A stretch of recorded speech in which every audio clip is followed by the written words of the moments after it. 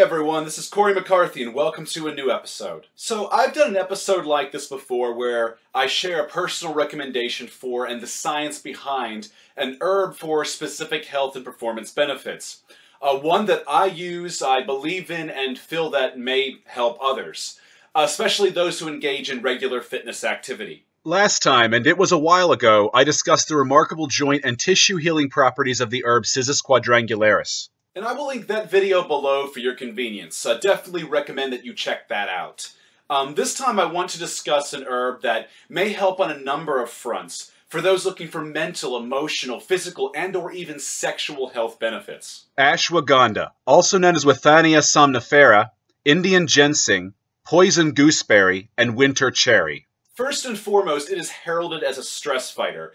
Something that we all face in our daily lives to some degree at any given time. Something that can be quite serious not only to our performance but for our health. According to the Mayo Clinic, stress that is left unchecked can contribute to many health problems such as high blood pressure, heart disease, obesity, and diabetes.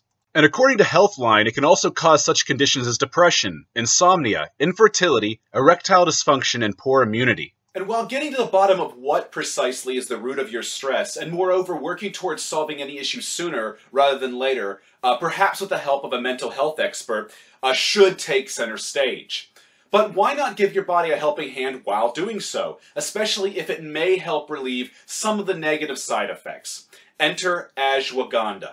In a randomized, double-blind, placebo-controlled study published in 2012 utilizing 64 human subjects with a history of chronic stress, it was found that a high-concentration, full-spectrum ashwagandha root extract is safe and effective at improving resistance to stress and overall quality of life. For 60 days, the subjects consumed 300 milligrams of a high-concentration, full-spectrum extract of ashwagandha twice per day, or a placebo. Compared to the placebo group, serum cortisol levels were reduced by over 28% more in the ashwagandha group, as well as a significant reduction in scores on all of the stress assessment scales.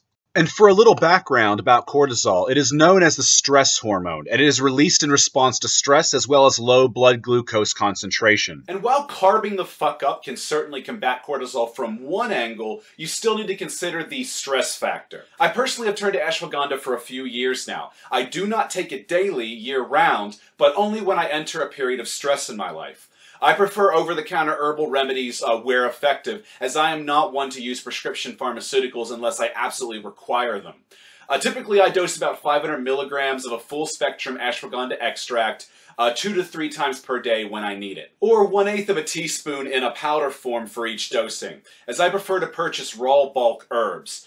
You get more bang for your buck that way. Taste-wise, as I'm sure you are wondering, the powder form is a bit bitter. It's quite earthy.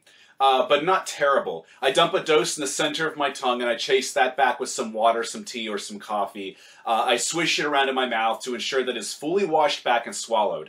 Amazon sells a number of powdered options. If you wish to purchase on Amazon and wouldn't mind me earning a tiny commission from that, I have links provided below for my Amazon US, UK, and Canada affiliate programs. Just follow the link and search something like ashwagandha extract powder, and you will return numerous results. But moving forward, the benefits of ashwagandha do not appear to stop at managing stress and cortisol. In fact, it was another study that further inspired me to do this episode. There was a 30-day study published in 2012 which involved 18 healthy human volunteers, of which 12 were men and 6 were women, all aged from 18 to 30. The study participants consumed 750 milligrams per day for days 1 through 10, then 1,000 milligrams per day for days 11 through 20, and 1,250 milligrams per day for days 21 to 30. These amounts were divided into 2 equal daily dosings each day. Body fat percentage was reduced on average by 2.27%. Lean body mass rose on average by 1.82 kilograms, or approximately by 4 pounds. There was also a significant increase in both quadriceps and back extensor strength, but only a minor improvement in grip strength. Furthermore, triglycerides in the blood were reduced by a significant amount, and LDL reductions were almost significant. Based on these results, further studies are planned to evaluate the potential for ashwagandha administration in patients suffering from sarcopenia, which is the loss of muscle tissue and strength. Today, I have actually begun my first day of this 30-day cycle. following this study's dosing guidelines as a personal experiment, especially given that I'm in a cutting phase right now, so why not? So, shall be interesting for me to see what I experience. Also, it may interest any men who have been experiencing any difficulty conceiving a child that a study published in 2010 demonstrated that ashwagandha improved sperm count and motility, and also significantly increased serum testosterone and luteinizing hormone in infertile subjects. Now, I'm not saying this herb can work miracles, but it is relatively cheap and it is safe and effective even at high doses according to the papers that I've read. So, it can't hurt to try, right?